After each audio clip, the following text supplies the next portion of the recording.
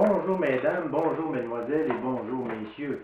Il me fait plaisir de vous souhaiter la bienvenue à votre station radiophonique EBSCJ, votre radio locale. Nous allons continuer notre rétrospective des années 1933, toujours avec notre collaboratrice, mademoiselle Gabrielle Robert. Juillet 1933. Commissaire à East Broughton. À l'Assemblée de la Commission scolaire pour la nomination des nouveaux commissaires et d'un président pour un nouveau terme, M. Ephrem Robert fut élu président. M. Thuré-Beroy fut élu en remplacement de M. Joseph Provençal, sortant de charge. M. Cyrias Leblond remplace M. Benjamin Gravel, sortant aussi de charge. Les autres commissaires sont M.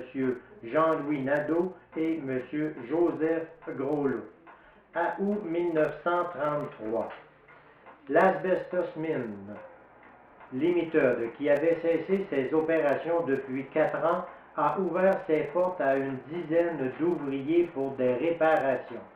Actuellement, on est à changer des moteurs. 14 nouveaux moteurs sont arrivés. On espère que cette mine reprendra ses activités bientôt et emploiera une partie de nos mineurs sans ouvrage depuis si longtemps. Les bons jours d'antan vont-ils revenir? Un enfant faillit perdre l'œil à East Broughton. Paul-Émile Nadeau, 4 ans, enfant de M. et Mme Eugène Nadeau, du 6e rang de Sacré-Cœur de Jésus, en jouant, tomba sur du fil barbelé et on craignit que l'enfant s'était crevé l'œil. On le fit transporter à l'hôpital Saint-Joseph de Thetford Mines où, après un examen, les médecins constatèrent que l'enfant ne perdait pas la vue, mais il avait la paupière déchirée et on a dû faire 5 points de suture. L'enfant est encore à l'hôpital et son état s'améliore.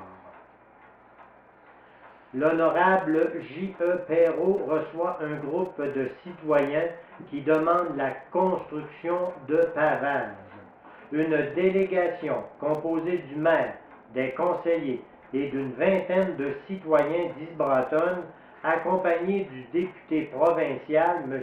Édouard Fortin, s'est rendu rencontrer l'honorable Joseph-Édouard Perrault, ministre de la Voirie, afin d'obtenir la construction des principales rues des villages de l'église et de la station en pavage permanent.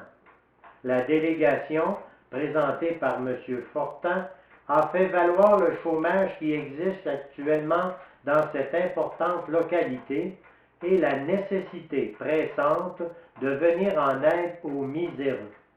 Comme on le sait, East Broughton est un centre minier et de ce temps-ci, les mines emploient peu d'employés.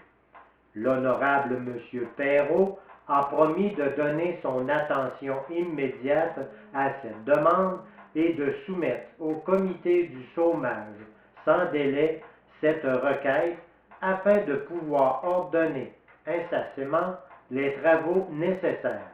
Les délégués se sont retirés satisfaits de leur entrevue. Septembre 1933. 5 diplômes à East Broughton.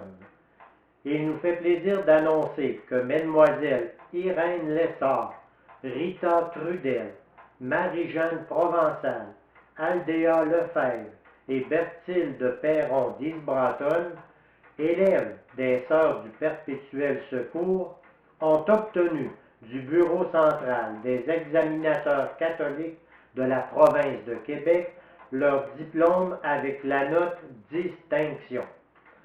Mesdemoiselles Évelyne Lefebvre et Cécile Nollet, aussi d'East Broughton, ont obtenu leur certificat du Bureau des examinateurs catholiques.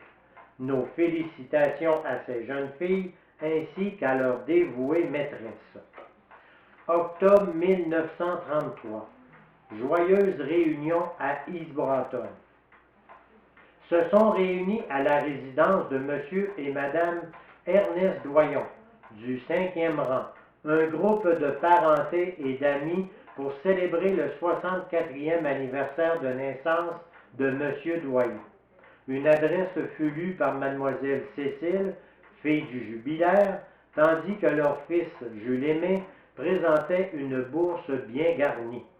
Une petite nièce, Henriette Savoie, offrit un bouquet et il eut aussi la présentation de plusieurs autres jolis cadeaux. Il y eut chant, déclamation et sauterie. Messieurs Adrien et Lucien Vachon firent les frais de la musique. Novembre 1933. Soirée réussie à East Broughton.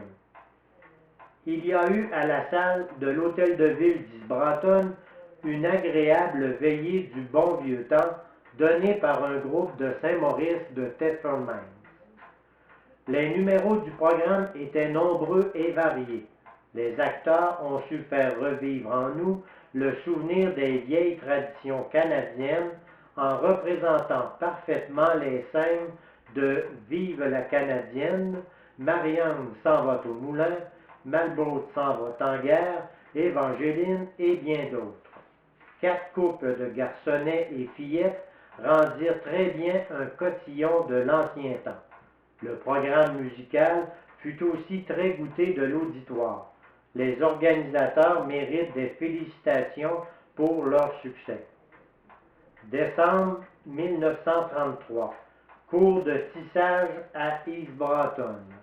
Un grand nombre de dames et de demoiselles ont suivi avec intérêt pendant une huitaine des cours de tissage donnés par mademoiselle Jeanne Desrochers, employée du gouvernement et demeurant à Québec.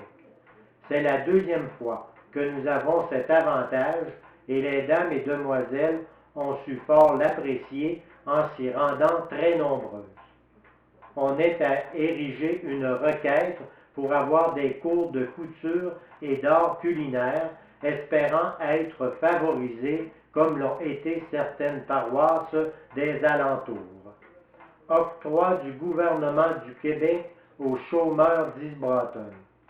Grâce à un octroi de 10 000 $ donné par le gouvernement pour remédier au chômage à East Broughton, de gros travaux se font actuellement sur la route numéro 1 dans le 4e rang de Sacré-Cœur de Jésus, où, sous la direction de l'ingénieur Arthur Talbot de Beauceville, on est à couper la courbe sur le chemin de Tring-Jonction à East Broughton. Les travaux sont tracés pour une longueur de 2500 pieds. Les travailleurs sont divisés en 2 équipes qui ont chacune sa semaine d'ouvrage. On emploie de 50 à 60 hommes par jour. C'est M. Ernest Doyon d'East Broughton qui a la direction des travaux et qui s'occupe de placer les ordres. Ceci met fin à notre bulletin de nouvelles. Nous vous remercions d'avoir syntonisé votre radio locale EBSCJ et nous vous disons à la prochaine.